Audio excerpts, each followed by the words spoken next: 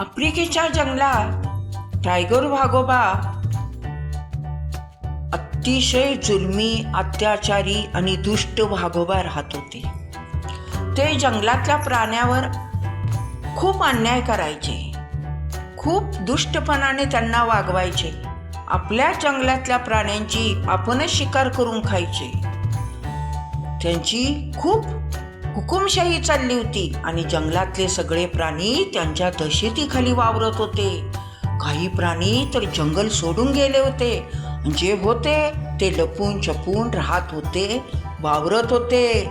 अगदी टांगती तलवार मानेवर घेऊन प्राणी जंगलात वावरत होते.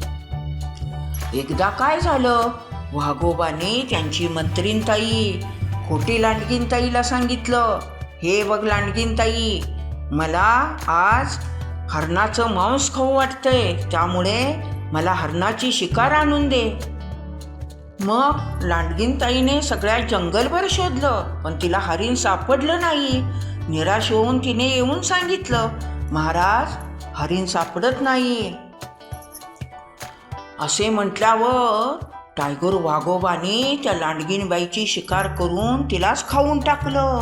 हे पाहिल्यावर सगळे प्राणी घाबरले. हे वाघोबा अन्यायी होते, दुष्ट होते, तरी स्वतःला जंगलचा राजा समजत होते. मग त्यांच्या ह्या वागणुकीमुळे सगळे प्राणी घाबरून दबकून दहशतीखाली वावरत होते. लांडगीनताईला खाल्ल्याले पाहिल्याबरोबर सगळे प्राणी अगदी हापकून गेले. एकदा तर हे वाघोबा जंगलातनं निघाले. त्यांनी पाहिलं सुंदरी हरणीताईचं छोटं पिल्लू गवत खात होतं. पटकन त्या पिल्ल्याजवळ गेले. त्याची शिकार करण्यात तेवढ्यात सुंदरी हरणीताई गेली आणि म्हणाली, महाराज, माझ्या पिल्ल्याला खाऊ नका, माझी शिकार करा, मला खाऊन टाका. पण ह्या वाघोबाने ऐकलं नाही. त्यांनी सुंदरी हरणीताईचं पिल्लूही खाल्लं आणि सुंदरी हरणीताईची शिकार करून तिला खाऊन टाकलं. असे हे वाघोबा होते. एकदा जंगलातनं निघाले तेव्हा काय झालं, दुसऱ्या जंगलातले एक सिंहराजे आले होते. त्यांचे नाव होते सिब्बा सिंहराजे. ते या जंगलात आले. त्यांनी पाहिलं, अरे, जंगल किती मोठं आहे, पण या जंगलात प्राणी पक्षी कोणीच कसं काय दिसत नाही. कुठे गेले असतील या जंगलातले प्राणी? मला तर आता या जंगलात कायमचं राहावं असं वाटतंय, पण जंगलात प्राणीच नाहीत. असे बोलत बोलत विचाराच्या तंद्रीत निघाले आणि चुकून या सिंहराजांचा पाय एका खड्ड्यात गेला आणि ते खड्ड्यात पडले. खड्ड्यात पडल्यावर ते जोर जोरात ओरडू लागले, अरे, कोणी आहे का, कोणी आहे का, मला वाचवा, मला वाचवा, मला वर काढा. तेवढ्यात टायगर वाघोबा समोरून आले. त्यांनी पाहिलं एक सिंह खड्ड्यात पडलेला आहे. मग वाघोबाला पाहिल्यावर सिंहराजे म्हणाले, अरे वाघोबा, मला एवढं खड्ड्यातनं वरती काढा. तेव्हा वाघोबा म्हणाले, अरे असहाय प्राण्या, तू कोणाला सांगतो आहेस का? अरे, मी या जंगलचा राजा आहे. राजा असली फालतू कामे करत नाहीत, कळलं का? आणि तुला जर वर यायचं आहे तर जसा पडलास तसा वर ये, मला काम नाही सांगायचं. असे म्हणून वाघोबा निघून गेले. सिंहराजे परत हाक मारू लागले, अरे, कोणी आहे का, मला वाचवा, मला वाचवा. तेवढ्या जंगलातनं अप्पू हत्ती दादा, नटखट माकड दादा आणि गोबी ससेभाऊ चालले होते. त्यांनी हाक ऐकली. ते लपून छपून चाललेले होते. खड्ड्याजवळ येऊन बघता तर सिंहराजे.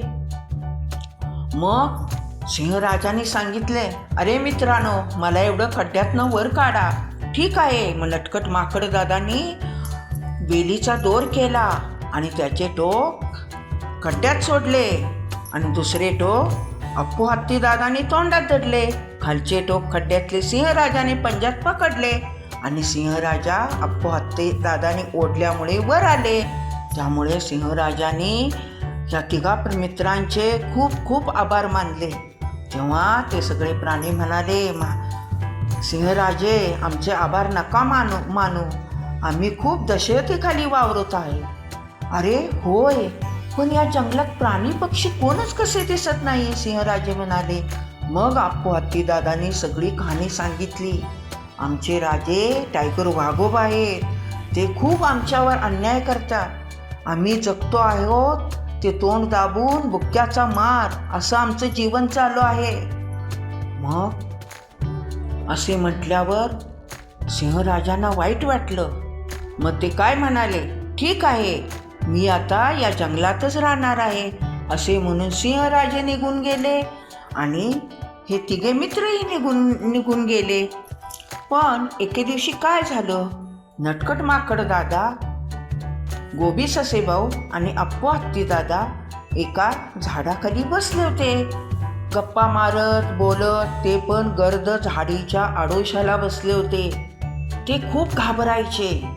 कधी वाघोबा येतील आणि कधी शिकार करतील हे सांगता येत नव्हतं. त्यामुळे ते खूप घाबरायचे. आणि काय झालं, ससेभाऊ एकाएकी उड्या मारायला लागले. उड्या मारायला लागल्यावर त्यांच्या पायाला झाली जखम, पाय लागला दुखायला.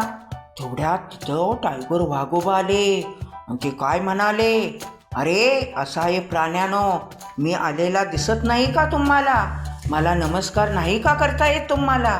तेव्हा अप्पू हत्तीदादा म्हणाले, महाराज, ससेभाऊंच्या पायाला जखम झाली आहे. अरे, ससेभाऊंच्या पायाला जखम झाली, मग मी काय मलमपट्टी करू का? मी कोण आहे? जंगलचा राजा आहे, कळलं का? ठीक आहे महाराज. आणि टायगर वाघोबा गेले, आपल्या पुढच्या पायाच्या पंजाने ससेभाऊला उचललं, फेकून दिलं. तेवढ्यात तिकडून सिंहराजे येत होते. त्यांनी पटकन ससेभाऊला आपल्या पुढच्या हाताच्या पंजात झेललं आणि घेऊन आले आणि म्हणाले, अरे वाघोबा, काय करतोस? तू राजा आहेस या जंगलचा, ही सगळे प्राणी तुझी प्रजा आहे. प्रजेवर असं कोणी वर्तणूक करतं का? अशी जुलमी हुकुमशाही नको गाजवूस यांच्यावर. अरे कोण तू? तू कुठून आलास माझ्या जंगलात? चल जा निघेतून.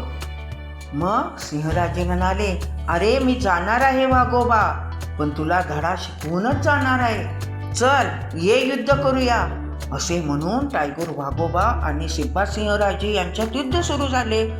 पण टायगर वाघोबांचे सिंहराजापुढे काही चालले नाही. ते खूप जखमी झाले आणि त्यांचा पुढचा पंजा मोडला. त्याबरोबर ते खूप घाबरले आणि जखमी अवस्थेत तिथून मागे न वळता पळून निघून झाडीत लांब वर जाऊन बसले. अशा रीतीने प्राण्यांच्यावरचे सगळे संकट टळले, सगळे प्राणी खुश झाले. आणि मग हत्तीदादाने चित्कार केला. चित्कार केल्याबरोबर लपून बसलेले गुहेत, आजूबाजूला झाडीत बसलेले सगळे प्राणी आले. सगळ्या प्राण्यांना आनंद झाला. मग त्यांनी सिंहराजांना आपला राजा केलं.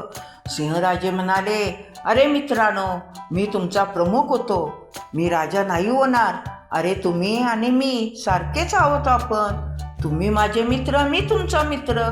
तुम्हाला मी काहीही कमी पडून देणार नाही आणि कोणतंही संकट तुमच्यावर कधीही येऊन देणार नाही, असे सिंहराजे म्हणाले.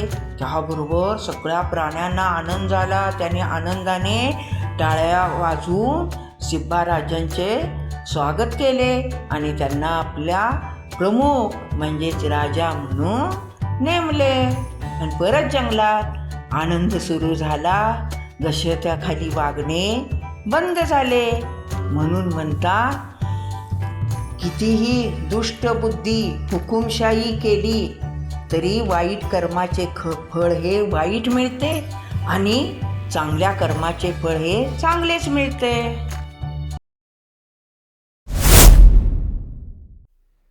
हा व्हिडिओ आवडला असेल तर आपल्या आजीच्या गोष्टी चॅनलला लाईक करा, शेअर करा आणि सबस्क्राईब करा.